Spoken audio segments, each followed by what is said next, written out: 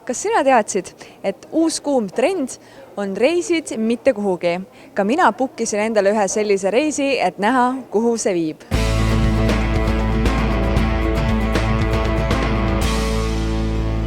Tallinna sadamaid läbis 2019. aastal pea 11 miljonit reisijat ja ka minu reis algab täna Tallinna Sadama teeterminalis ja reisi läbib mind Tallinki Silja Euroopa parvlaev. Minu reisi esimene sihtpunkt on loomulikult eksklusiivne kaptenisild, kus meid ootab tõeline veteran, kes on Eesti ja Soome vahet merd künnud umbes 15 000 korda. Ja Silja Euroopa ise on ka üks suur laev, mis on umbes 200 meetri pikkune, üle 30 meetri lai, mahutab 1000 reisijaid ja 400 autot. Silja Euroopa on päris suur laev, et kuidas sellise suure laeva juhtimine reaalselt siis käib? No kui me võtame nüüd seda moodi, et hakkame sadamast minema, siis me peaks liikuma kohe sillatiiva peale. Seal on olemas manipulaatorid, millega kapten vahetult liigutab laeva roole, muudab sõukruvide töörežiimi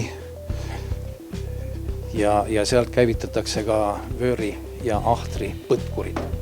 Ja nende seadmetega saabki siis laeva manööverdada ja kui on vaja, siis kas või koha peal ringi keerata, kui nii palju ruumi on.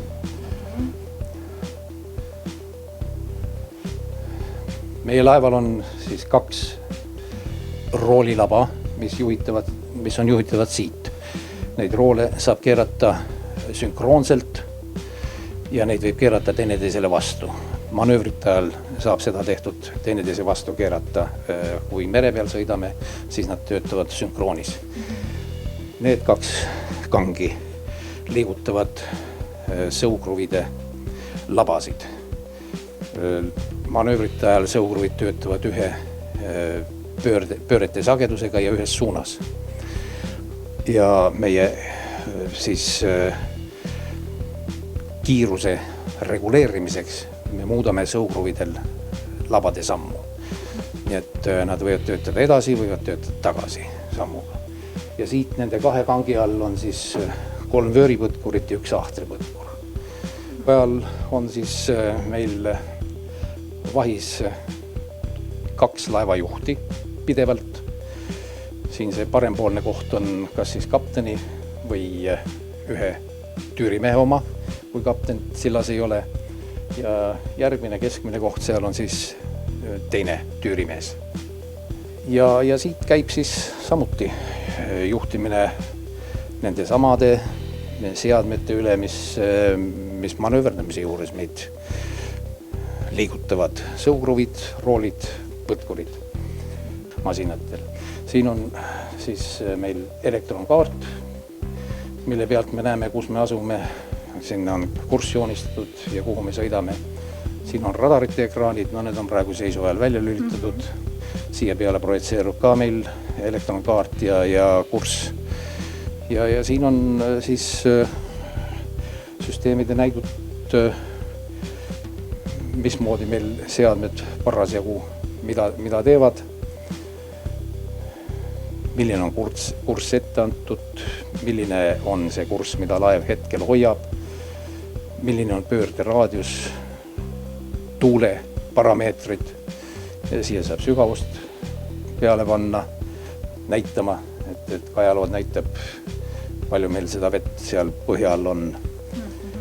Ja üldiselt neid nuppe, tulesid, kõike värki on siin palju veel muid. Ja ees on siis rooli madruse töökoht.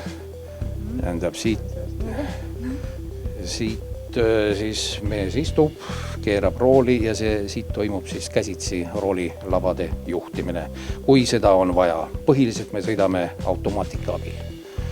Nii et käsitsi sisuliselt rooli juhtimine toimub ainult sadamasse tulekul, sadamast välja minekul ja siis tavaliselt kapten teeb seda ise sealt tiiva pealt, kus me seda pisikest ekskurssi siin alustasime. Kapteni järel laevas teine mees on intendant. Ja Richard, mis on intendandi töö? No intendant juhib reisilaeval reisijate teenistust, mis siis hõlmab endas neid restorane, baare, hotelli, kauplust, ladu, kõike meelelahutust. Nii et selline lõbusam osa, ütleme, võrreldes tekimeeskonna ja masinaga, et see on minul. Ja meil on täna selline teistsugune reis mitte kuskile. Mida see endast kujutab, kuhu see reis meid viib täna? No see reis toob teid kõigepealt Silja Euroopa pardale, mis muidu tavaoludes kurseerib, eks ole, Tallinna ja Helsingi vahel ja on rohkem niuke võib-olla soomlastele suunatud kruiisilaev. Siis nüüd seisame me Tallinna sadamas ja ootame siia ka Eesti inimesi külla, kellele võib-olla see laev ei ole nii tavapärane ja harjumuspärane, et ollakse rohkem käidud nagu Rootsi kruiisil. Ja siin me pakume siis inimestele võimalust veeta üks tore päev koos perega, praegu eriti, kui on koolivaheaeg.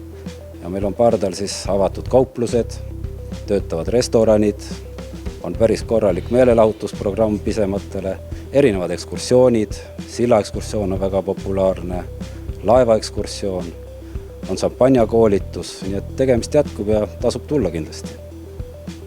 Suur tänu! Ja nüüd ma pea ees sukeldungi mitte merre, vaid Silja Euroopasse ja sellel on 14 korrust. Ehk võib öelda, et see on praegu Eesti suurim meelelahutuskeskus. Ja kuna on hommik ja mul on hommiku kohvi joomata, siis suundungi ma esmalt kohta, mida mandril Eestis üldse ei ole. Ja ma tulin Starbucksi. Nagu ma ütlesin, seda Eestis mujal üldse ei ole. Ja ma valisin endale menüüst erinevate huvitavate kohvijookide ja teejookide vahelt välja Iced Caramel Macchiato. Nii, palun mulle üks Iced Caramel Macchiato. Nimi on Hendrika. Kuna Starbucksis kirjutatakse alati kliendi nimi sinna topsi peale, et teaks, kelle jook see on, siis nii see siin käib.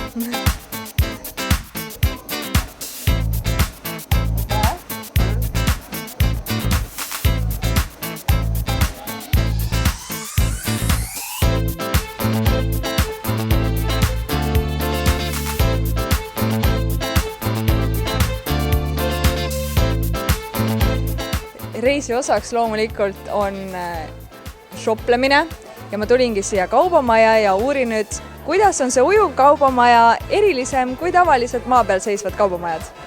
Erilisus seisnebki selles, et siin on eriliselt head hinnad. Meil on juba normaalhinnad ja tavahinnad reipalt soodsamad kui maakaubanduses ja nüüdsest oleme lisanud veel lisaallahindluseid ja kõike muud soodustust, mis teeb selle hinna veel eriti eksklusiivseks kliendile. Ja kas kaubavalikus on ka erinevusi? Ja loomulikult, meil on väga tuntud brändid ja tuttavad kõigile kindlasti ja on olemas ka selliseid tooteid, mida ei leia, ütleme siis Eesti poolsestest kaubanduskeskustest. On sama bränd, aga eri valikud ja kollektsioonid.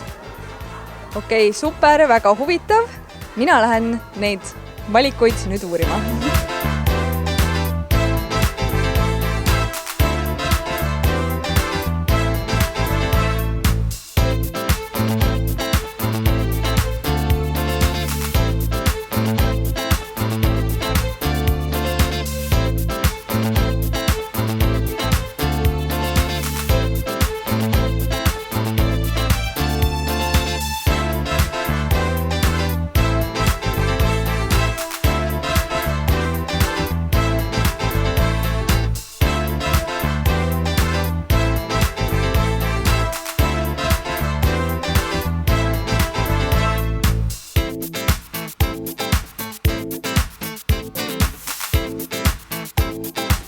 Kuna laeval on letihinnad juba niikuinii võrreldes mandriga 20% soodsamad ja siin on ka lisasoodustused kuni 50%, siis see teeb soodustuseks kokku kuni 70%.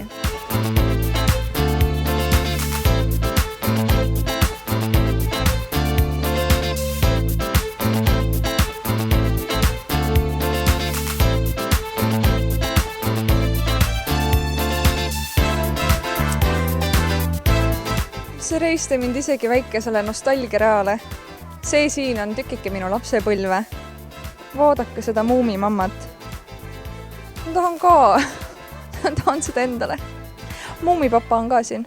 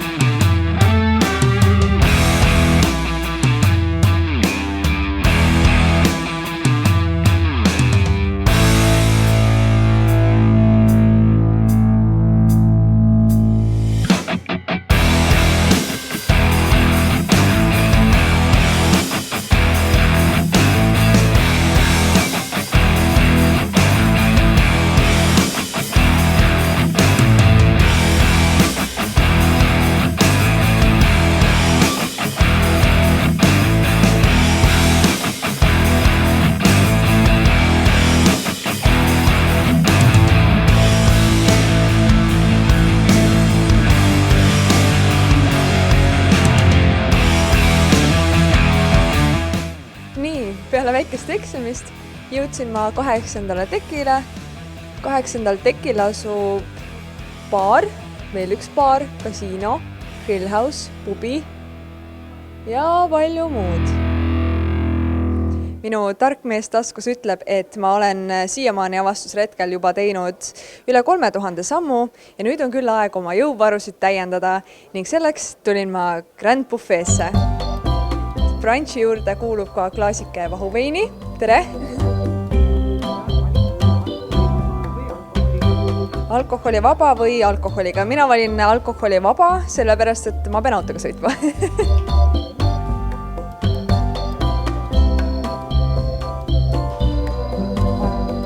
Suur tänu!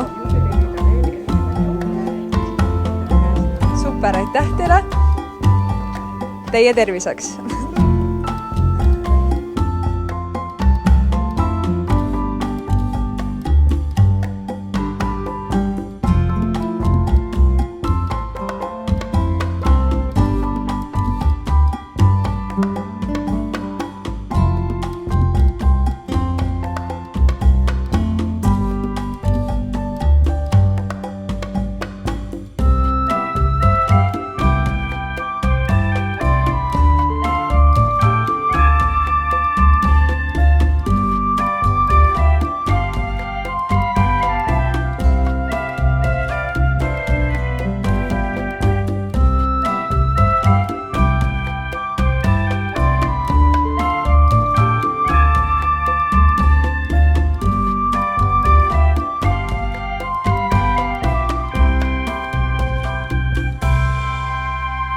Nüüd ma olen sukeldunud väga eksklusiivsesse kohta, kuhu tavareisija muidu ei satugi. Ma olen jõudnud laevas südamesse, masinaruumi. Mis siin toimub? Minu jaoks näeb välja nagu see kosmoselaev. Tegemist on nüüd masina keskjuhtimispuldiga ja siit siis käib kõikide laevasüsteemide, mehhanismide opereerimine, jälgimine ja igasugustele alarmidele reageerimine. Ja siin on mehitatud 24 tundi vahiteenistus. Põhiülesanne on siis vaadata, et laeva süda tuksuks ja mootorid töötaks. Jah, tõrgeteta töö, ohutus, et kõik see oleks tagatud.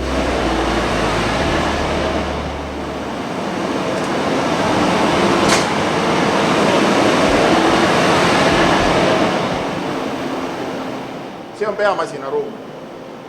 Peamasinaruum. Siin on päris soe. Laevakeskkonnas neid ei nimetata mootoriteks, öeldakse peamasinad. Ja siin laevas on meil siis 4 peamasinat, MAN, Burmeister ja Vaini peamasinad, kogu võimsusega 31 800 kilovatti. Et kui teil auto on juba võimsamat sorti, siis ta on kuskil paarisaja kilovatine, et siis arvestage ise, kui võimas on meie jõuseadmete kogu võimsus. Ja lühidalt öeldes siis kummagis pardas on meil 2 peamasinat ja töötavad siis läbi reduktori, kus siis sealt edasi läheb siis läbi võllide sõukruvile. Masinad töötavad meil ühtepidi ja edasi ja tagasi käik antakse siis sellega, et muudetakse sõugruvide sammu asendit. Siin on tegemist aurukateldega. Meil on 2 aurukatelt, abikatlad nimetatakse neid. Ja see on selleks vajalik, et talvel laev soe hoida, vaja on kütuseid ette valmistada, ette soendada ja selle tarbeks on meil aurukatlad.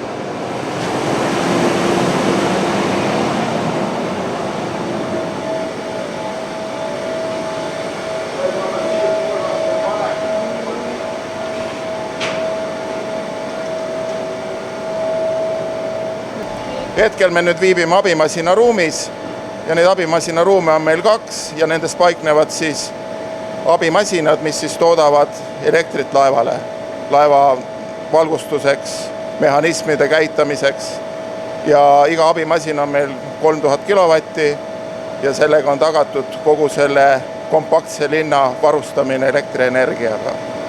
Hetkel oleme ka jõudnud sellisesse faasi, et meil on valmidus ka kasutada kalda elektritoidet ja põhimõtteliselt lähiajal me läheme ka üle siis kalda elektrivoolule, siis on abimasinatega kalda või sadamas seistes on vaikus. Nagu ma mainisin, kaldaühenduse trafoga, et siia sisse tuleb siis kaldalt 11 000 volti ja see siis trahvo abil muudetakse siis 660 voldi meile siis nagu seeditavaks pingeks.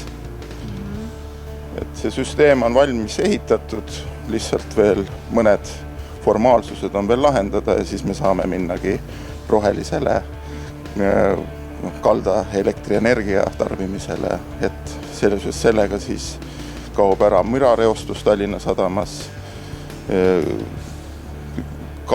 väljalaske gaaside reostus, et sellega me kindlasti muudame elukeskkonda palju rohelisemaks. See laeva süda tundub minu jaoks väga muljetavaldav ja samas ka keeruline. Kuidas sellise ameti peale üldse saab? No selle ameti peale, et saada, oleks kõigepealt vaja tahtmist ja huvi tehnika vastu ja ütleme niimoodi, et üle poole meie personalist on siin kõrgharidusega ja selle saamiseks tuleb käia koolis 5 aastat. Ja siis tuleb ennast tõestada ja areneda, sõita oma järgmised staažid välja ja siis on võimalik lõpuks jõuda siis vanemmehaaniku positsioonile. Et ütleme niimoodi, et peale kooli see võtab ikka minimaalselt 10 aastat, et saada vanemmehaanikuks. Vau, kõik ei olegi nii lihtne, kui tundub.